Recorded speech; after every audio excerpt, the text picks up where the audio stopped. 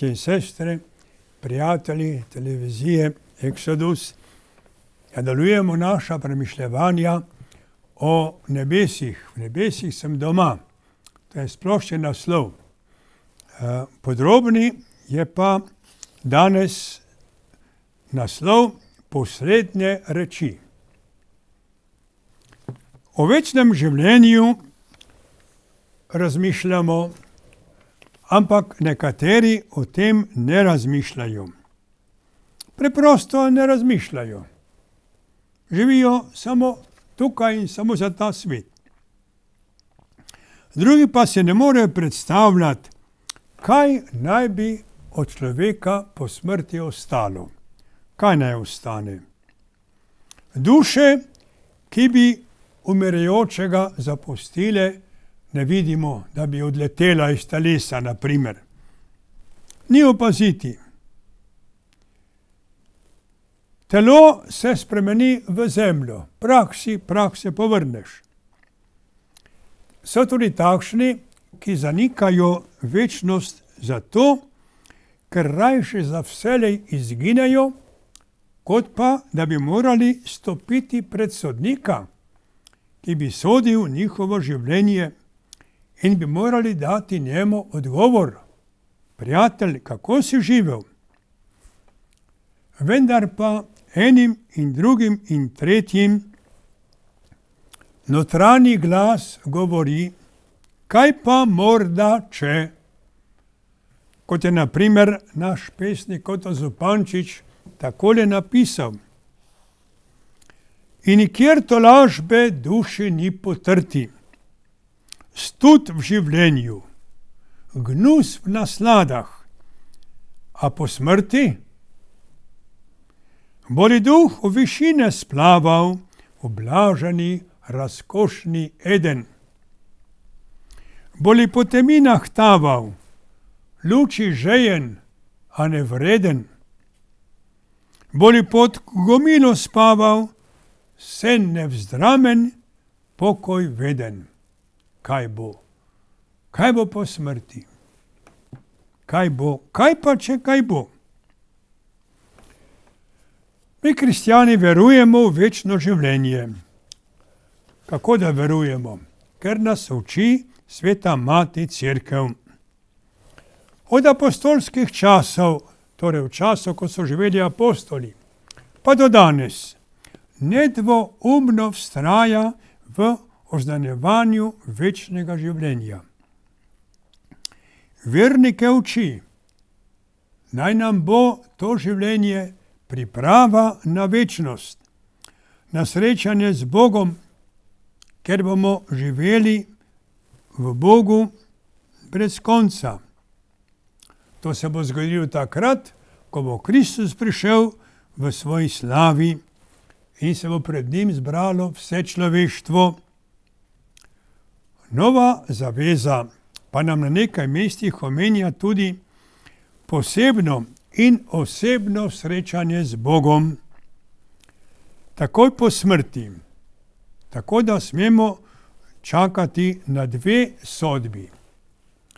Prva je tista, ko se bomo mi sami z Bogom srečali, druga pa tista, ko bomo vsi zbrani, vse človeštvo.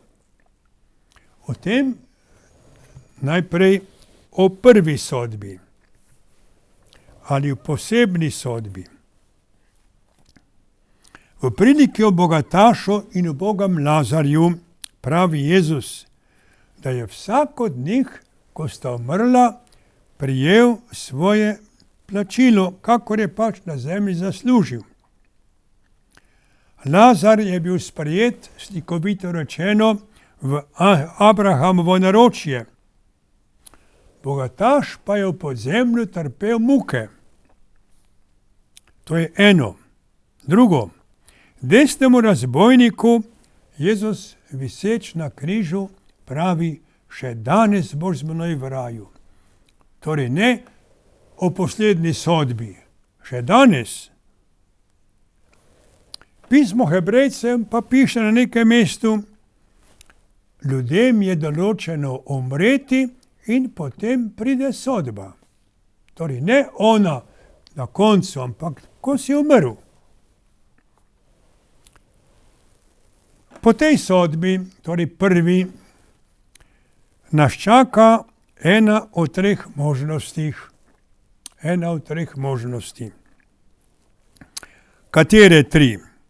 Ali večna sreča v nebesih, ali očiščevanje v vicah, ali večno pogubljenje v peklu. Ena od teh treh. Pravimo, da nas bo sodil Bog. V resnici nas bodo sodila naša dejanja.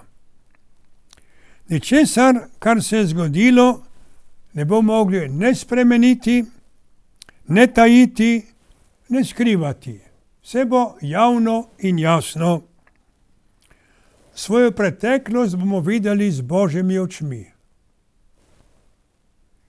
Vse življenje bo obsjano z lučjo večje resnice, večne pravice in večne ljubezni. Takšna resnica, pravica in ljubezen pa je samo Bog.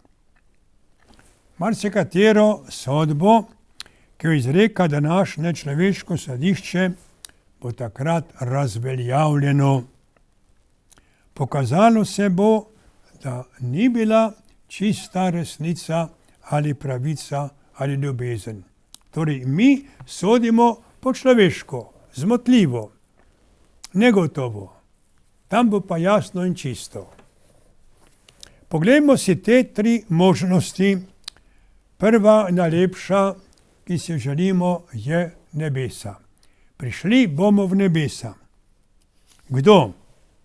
Tisti, ki umrejo v Božji milosti in so očiščeni vsake navezanosti na zemeljske reči, se bodo takoj pridružili Kristusu in ga v neveljivi srečili gledali, kakršen je. Njihova blaženost obstaja v popolni posesti darov, milosti, sadov, ki nam jih je zaslužil Kristus, ko je za nas trpel, umrl in vstal. Veselili se bodo pa tudi še česa drugega. Česa? Da so na zemlji sodelovali z darovi, ki mi jih je Bog dal. Kako je rekel Jezus tistemu, ki je prinesel talente? V malem si bi zvest, čez veliko te bom postavil, pojdi v veselje svojega Gospoda.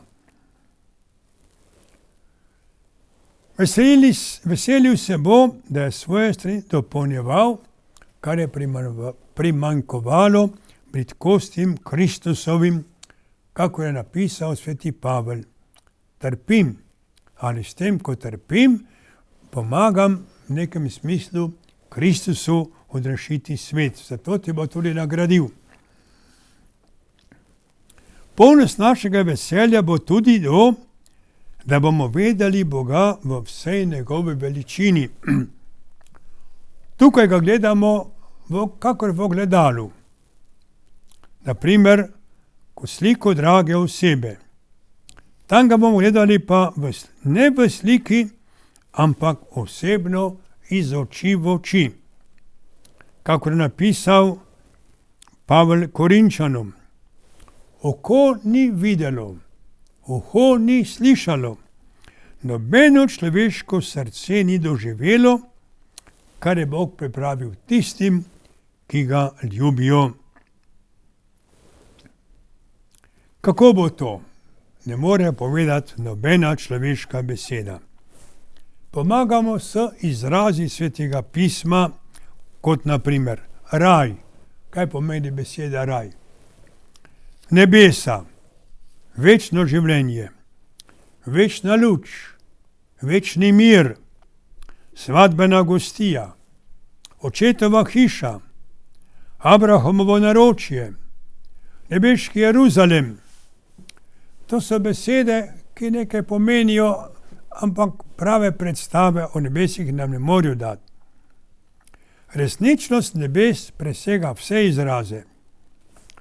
In kot spet, če se sklicujemo na svetega Pavla, ki pismo Rimljanom pravi: trpljenje sedanjega časa se ne da primerjati s slavo, ki se bo nad nami razodela. Torej, ni primere. Lahko uporabljaš nazne besede pa izraze. Noben ne pove tega, kar je, ker ne more. Ker ta svet je ta, on je pa oni. Naša sreča v nebesih bo toliko večja, ker jo bomo uživali skupaj z drugimi, ne sami. Skupna sreča je večja kot samo ena, osebna. Z vsemi izvoljenimi, na nek način tudi z vsem stvarstvom, ker bo, kot spet pravi Pavel, rešeno porodnih bolečin. Sveti Pavel primerja to razno zemeljsko stisko s porodnimi bolečinami. Ko pa minejo, je novo življenje rojeno. To bo nekaj velikega. Pravijo, da ne bo tam dolg čas. Ne bo. Zakaj ne? Najprej zato, ker v večnosti ni časa. Nebesa so nad časom in nad prostorom. Ali onstran časa, onstran prostora. Tudi zato, ker je Bog neskončna skrivnost. Ko rešuješ križanko, ko jo rešiš, ni več zanimiva, odložiš jo. Bog pa ni križanka, ki jo rešiš, ampak mu nikoli ne prideš do dna, ker je neskončna skrivnost. Bolj se vanjo poglabljaš, bolj te privlači, več ti ima povedati, zato v njej ni dolg čas. O tem nam nekaj pove pesem narodna, ki je priredil, malo ulepšal in obrusil Matija Valjavec, to je že pred 2 stoletjema. Naslov je dal Rajska ptičica. Boste razumeli, bom prebral. Tako pravi.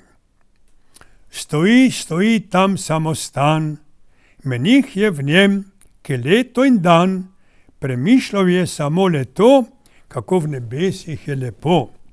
In kakšno je veselje tam, ki je ljudem prekrito nam, ki videlo ga ni oko, ki slišalo ga ni uho, ki ga čutilo ni srce in ki presega vse želje. Iz kloštra šel počasnih nog, sprehajat enkrat se je v lok. Kar na drevesu pevčica zapoje rajska ptičica. In poje tak lepo, da nobena ptica ne tako. Prepevala je glorijo, ki jo v nebesih uživajo, prepevala na jasen glas, je njega veličast in kras, ki je zemlje neba vladar. Zbudivši se, spet klošter gre, vratar neznan mu tam odpre. Poznal menihov nič več ni in tudi njega ne oni. Kako je to? Pred 1 uro je bilo, ko sem zapustil samostan, da šel sem v lok kot slednji dan.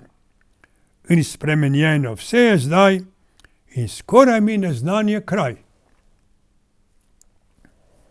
Zdaj spomni višji se opad, da bral v zapisniku enkrat, da šel menih iz kloštra je, pa nič več ni povrnil se. Nikdar ni se vrnil spet, od tistih mal je 300 let. Tedaj poslušal 300 let sem rajsko ptico pesem pet, ki tak sladka je pesem bila, ki pela jo je ptičica, o, kakšna šele glorija, veselja bo nebeškega.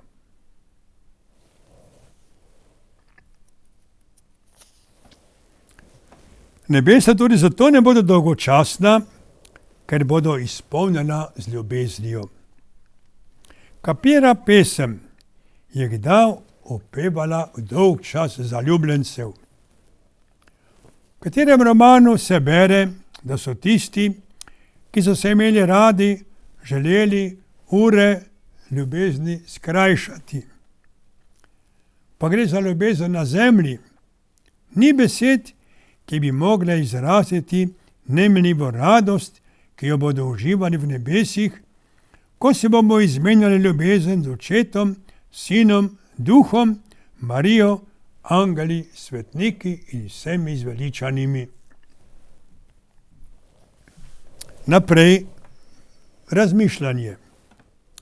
Ali bo v nebesih mogel biti srečen, kdor bo videl pogubljenju osebo, ki je na zemlji imel rad? Naprimer, da bo mati videla svojega otroka v peklu. Srečen bo. Kako to? Ker bo vse, tudi to osobo, gledal v Božji luči, v Božji resnici, v Božjo ljubezen. Kako bo Bog mogel biti srečen, ko bo videl svojo stvar nesrečno? V svoji luči, v svoji resnici, v svoji ljubezni, ki ne more biti drugačna kot osrečujoča. Zanašamo se na obljubo, zapisano ne enkrat v svetih knjigah, da bodo v večnosti izbrisane vse solze, ne bo ne žalovanja, ne bolečine. Nekdo je rekel, nočem v nebesa, če bo tam Hitler. Mogoče je bil v Dachau ali kje, pa videl, ko je bilo tam. Kaj na to odgovoriti? Kaj je na onem svetu Hitlerjem, ne ve nihče. Toda, ali boš srečen, če boš videl Hitlerja goreti v peklenskem ognju? Kaj pa, če bomo Hitlerja in vse njemu podobne, ne bom jih našteval, lahko si sami zamislite. Kaj, če bomo videli njega in njemu podobne v drugačne luči, kot je zemeljska?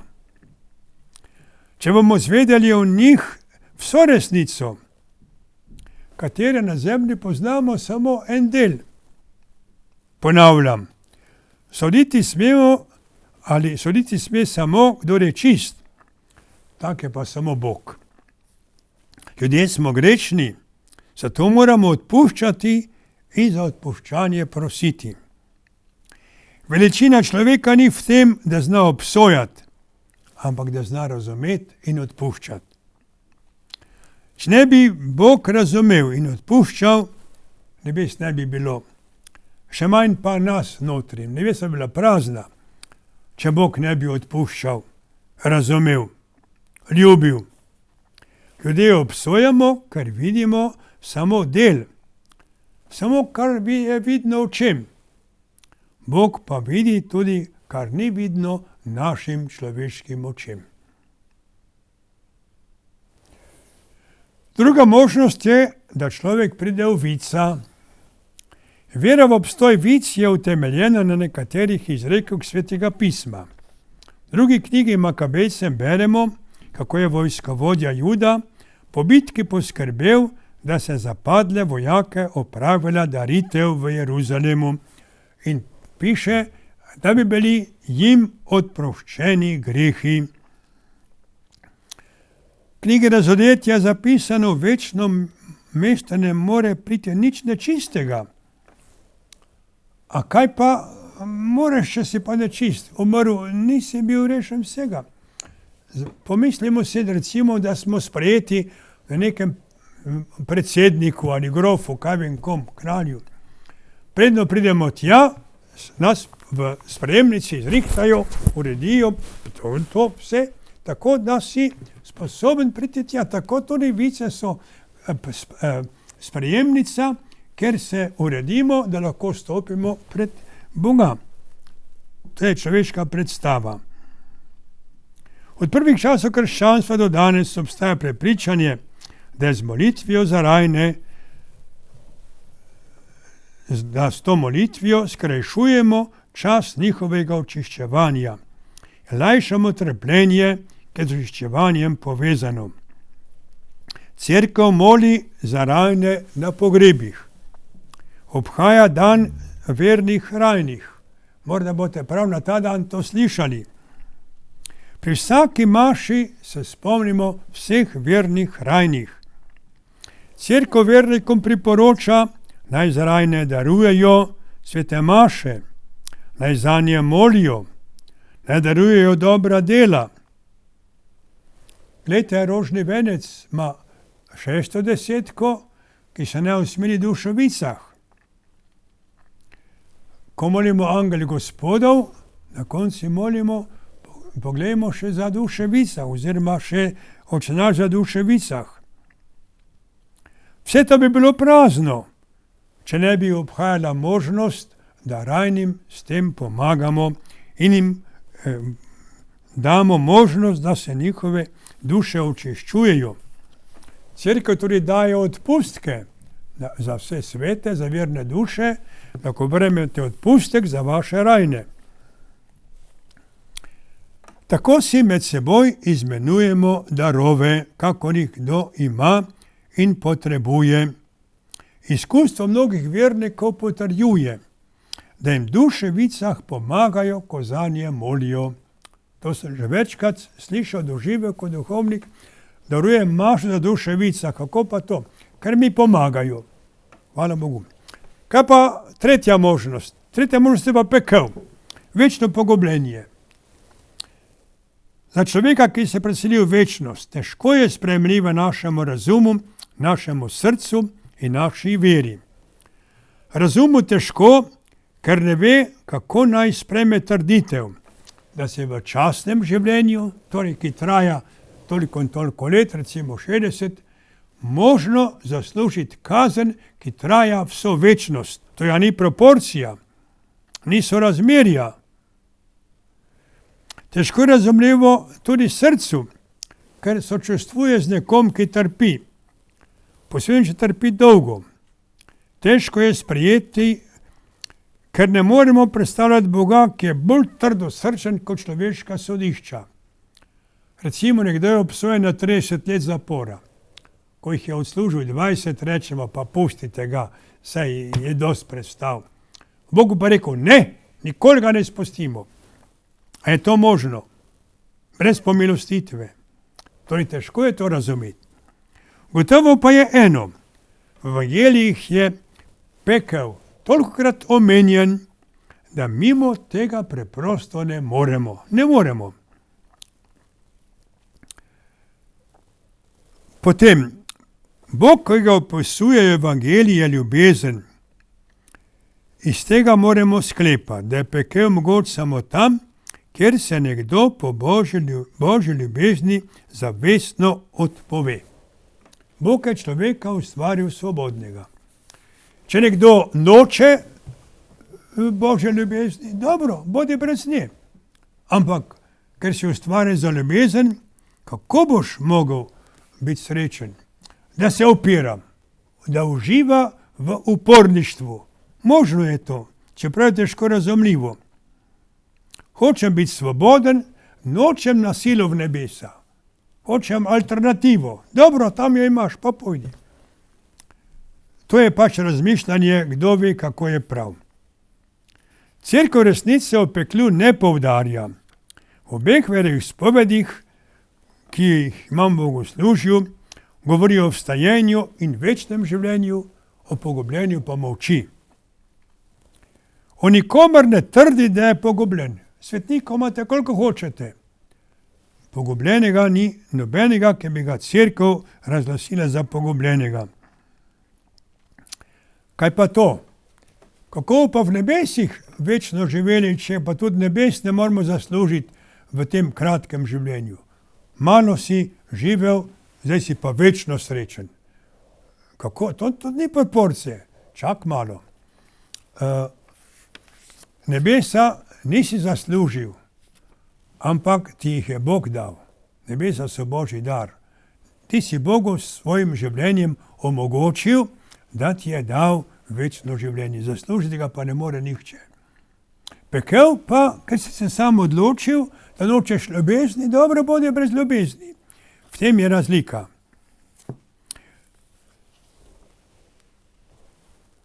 Zdaj pa še k splošni sodbi.